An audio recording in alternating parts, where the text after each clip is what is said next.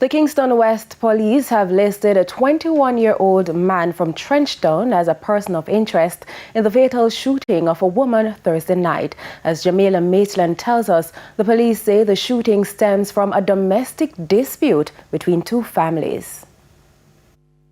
There's a tense calm in Wilton Gardens, a section of Trenchtown, following the shooting death of a woman Thursday night.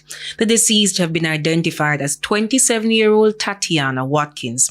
When TVJ News visited the community Friday afternoon, residents pointed us to where the incident took place.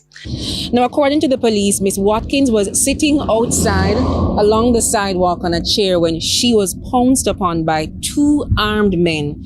They opened fire on her. She was shot in the head and in the upper body. She died at the hospital. Residents who didn't want to speak on camera say the shooting has shattered what they thought would have been a peaceful summer. The police have listed 21-year-old Everald Hall, otherwise called Papito, as a person of interest. He's being urged to report to the Denham Town Police Station by 6 p.m. Saturday, July 25. According to the police, the shooting stems from a series of disputes between the Watkins family and another family on Sunday, July 19.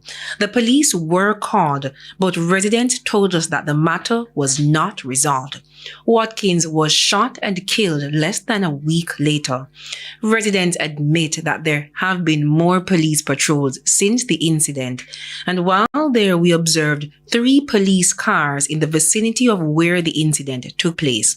However, with the Trenchtown police station just a stone's throw away from where the crime took place, residents argue that an improved community police relationship would allow them to feel more comfortable informing officers of potential threats. Jamaila Maitland, TVJ News.